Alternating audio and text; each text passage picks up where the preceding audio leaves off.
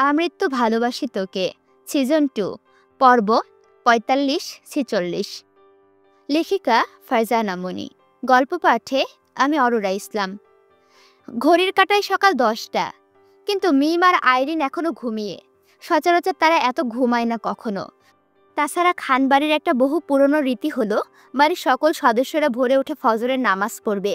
মিমও বাড়িতে প্রতিদিন ওঠে, কিন্তু গতকাল রাতে আরিফের চিন্তায় ঘুম না আসায় এবং গভীর রাতে ছাদে আরিফের সাথে দেখা করতে যাওয়ায় মিমো আইরিনের ঘুমোতে প্রায় মধ্যরাত হয়ে যায়, যার ফলস্বরূপ সকালে এখনও পর্যন্ত ঘুম ভাঙেনি দুজনের। মিম, এই মিম বলে দরজায় ধাক্কাচ্ছে মেঘ, কিন্তু কোনো সাড়া শব্দ নেই। মেঘের দরজা ধাক্কানো শুনে এইবার বন্যা আর জান্নাতও এলো। বাইরে এত শোরগোল শুনে ঘুম থেকে লাফিয়ে উঠল মিম। উঠে ঘড়িতে তাকিয়ে দেখল সকাল 10টা বাজে। মিম তো অবাকের চরম পর্যায়ে। আল্লাহ বলেই মিম হা করে বসে আছে। হঠাৎই আবার বাহির থেকে ডাক শোনা যাচ্ছে, আইরিন, এই আইরিন ওঠ। এবার মিমও আইরিনকে ডাকতে শুরু করলো, কিন্তু আইরিন মিমের ডাকে কোনো রকম সাড়া না দিয়ে অন্য পাশে ঘুরে আবার ঘুমিয়ে পড়ল। মিম এবার রাগে আইরিনের গায়ে জোরে একটা চিমটি কাটলো। আউচ বলে আইরিন লাফিয়ে উঠল। মিমের হঠাৎ চিমটি এবং বাইরের দরজা ধাক্কানো শুনে আইরিন ভয়ে ভয়ে জিজ্ঞেস করলো, কি হয়েছে? মিম দুষ্টুমির স্বরে বলল, ডাকাত পড়েছে বাইরে। ও মা গো, মিম আমায় বাঁচা, আমি এত তাড়াতাড়ি মরতে চাই না। আমার যে এখনো প্রেম, বিয়ে, সংসার, 2 হালি বাচ্চা জন্ম নেওয়া বাকি। মিম হতবাক চোখে তাকিয়ে আইরিনের মাথায় একটা থাপ্পড় দিয়ে বলল, তোর এত শখ মনে হয় এই জন্মে আশা পূরণ হবে না। আইরিন ভয়ে ভয়ে বলল, কেন, ডাকাত কি আমাদের এখনই মেরে দেবে? মিম একটু রাগী কণ্ঠে বলল, না, তবে ডাকাত না মারলেও একটু পর বাড়ির লোকেরা মার খেয়ে অবশ্যই মরবো। আইরিন একটা দীর্ঘশ্বাস ফেলে দাঁত কেলিয়ে বলল, যা দুষ্টু ভাবি, বাড়ির লোক আমাদের কেন মারবে? তারা তো আমাদের ভালোবাসে। বলে আইরিন আবার শুয়ে পড়ল। কিরে, তোরা কি এবার ঘুম থেকে উঠবি না নাকি তোদের ভাইদের ডাকবো? মাহমুদা খানের কণ্ঠে এবার মিমের টনক নড়তে মিম জোরে বলল, আসছি ফুপি। বলে আইরিনকে আবারও ডাকলো। বলল, এই আইরিনের বাচ্চা, জলদি ওঠ, ভুলে গেছিস রাতের কথা? তোর বুদ্ধিতে তোর ভাইকে ইমপ্রেস করতে গিয়ে শাড়ি পরে এখন আমি ফাঁসির আসামি হয়ে যাচ্ছি। তাড়াতাড়ি ওঠ হারামি, এগুলো গুছাতে হবে, না হলে আজ আর রক্ষা নেই। মনে হচ্ছে পিঠের হাড় আজ একটাও আস্ত থাকবে না। রাতে মিমকে পরিয়ে দেওয়া আইরিনের এই শাড়ি ব্লাউজগুলো এখনো রুমে ছড়িয়ে ছিটিয়ে আছে। কথাটা মাথায় আসতে আইরিন লাফিয়ে উঠে বসলো। মিম, জলদি সব গুছো। বলে আইরিন তাড়াহুড়ো করে গোছাতে থাকলো সব, কিন্তু বিপত্তি ঘটলো অন্য জায়গায়। মধ্যরাতে অতিরিক্ত পাকনামি করতে গিয়ে তাড়াহুড়ো আলমারির চাবিটা যেন কোথায় রেখেছে দুজনের একজনেরও মনে পড়ছে না। আলমারি ছাড়া এসব অন্য কোথাও তুলে রাখারও যাবে না। মিম আইরিন বাইরে বের হওয়ার পরেই হয়তো জান্নাত এসে পুরো রুমটা গোছাবে। অন্য কোথাও রাখলে ধরা খাবে নিশ্চিত। দুইজন হন্য হয়ে খুঁজতে লাগলো চাবির গোছা। এলোমেলো ছোটাছুটির ধরনে মিমের সাথে আইরিনের মাথা খেলো জোড়া এক ধাক্কা। মিম আ বলে চিৎকার দিয়ে উঠল, কিন্তু আইরিন সেখানে মনস্থির না করে মনোযোগ দিল মিমের পেছনে ছুটে থাকা চাবির গোছার দিকে। মধ্যরাতে রুমে ফিরে চাবির গোছাটা হয়তো বিছানা থেকে কোথাও তুলে রাখেনি। বিছানায় রেখে ঘুমিয়ে পড়েছিল দুজন, যার ফলে এখন মিমের লম্বা এলোমেলো চুলগুলো চাবি পেঁচিয়ে আটকে আছে। আইরিন তাড়াহুড়ো করে চাবি খুলতে গিয়ে মিমের কতগুলো চুল ছিঁড়ে কে জানে। মিম তো একটু কাঁদো কাঁদো মুখে বলেই দিল যে, মাত্র 1 রাত হয়েছে ভাবি বানিয়েছিস, এখন ভাবির চুল ধরে মারছিস। অবশেষে মিম আর আইরিন নাস্তার টেবিলে এসে বসলো। কিরে, এতক্ষণ লাগে রুম থেকে বের হতে? রাগী কণ্ঠে বলে উঠল মাহমুদা খান। আইরিন আমতা আমতা করে বলে উঠল, ইয়ে মানে আম্মু। মাহমুদা খান বললেন, থাক, তোকে আর মানে মানে করতে হবে না। কতক্ষণ থেকে সবাই বসে আছে তোদের অপেক্ষায়, এবার নাস্তা সেরে নে। আইরিন মিনমিনিয়ে বলল, মিম আমরা এই যাত্রায় বেঁচে গেছি।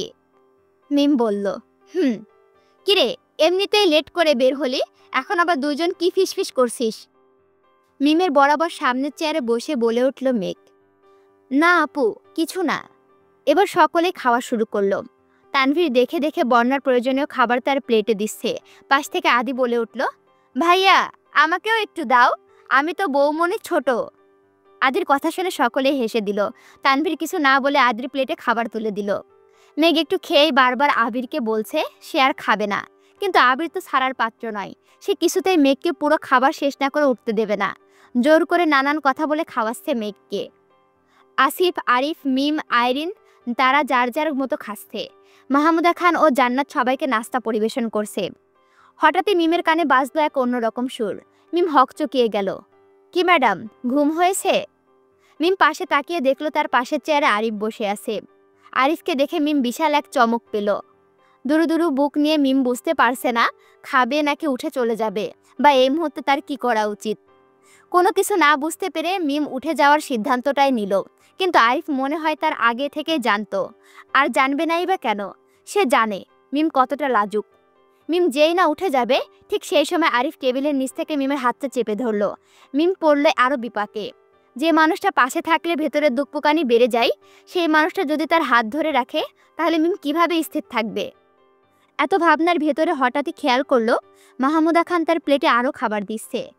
মিম বাধা দিল, কিন্তু মাহমুদা খান কিছুই শুনল না। একদিকে মা খাবার দিচ্ছে আর অন্যদিকে ছেলে হাতের আঙুলের ভেতরে আঙুল ঢুকিয়ে বসে আছে। মিম পড়ল চরম বিপাকে। আরিফকে দেখে কেউ বুঝতেই পারবে না সে টেবিলের নিচে মিমকে এত জ্বালাচ্ছে।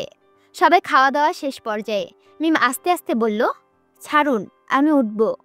কিন্তু আরিফের চেহারায় কোনো ভাবান্তর দেখা গেল না। সে না শোনার ভান করে খাবার খেয়ে যাচ্ছে। আইরিন খাবার খাওয়া শেষ হওয়ায় মিমের অন্য হাত ধরে টান দিয়ে বলল, কিরে, খাওয়া শেষ, বসে আছিস কেন? চল। এবার আরিফ মিমের হাতটা আলগা করে দিল। মিমও সুযোগের সদ্য ব্যবহার করে ছুটে ত্যাগ করলো ডাইনিং রুম। দুপুরের কড়া রোদকে বিদায় জানিয়ে প্রকৃতি ধরা দিল পড়ন্ত বিকেলে। খানবাড়ির বাকি সদস্যরা দুপুরবেলা এসেছে। আলী আহমদ খান একটু পরে সবাইকে নিয়ে বাড়ির উদ্দেশ্যে রওনা হবে। মাহমুদা খান অনেক করে বলল, ভাইজান, আজকের রাতটা আপনারা সবাই এখানে থেকে যান। কিন্তু আলী আহমদ খান ও মোজাম্মেল খান কাজের বাহানায় থাকতে নারাজ। তারা মাহমুদা খানকে জানালো আর কিছুক্ষণের মধ্যেই সকলে রওনা হবে। আবির আলী আহমদ খানের সামনে এসে বলল, আব্বু, তোমরা সবাইকে নিয়ে বাসায় যাও। আলী আহমদ খান বললেন, কেন, তুমি কোথায় যাবে? আবির বলল, আমি মেঘকে নিয়ে একটু নার্সিং হোমে যাব।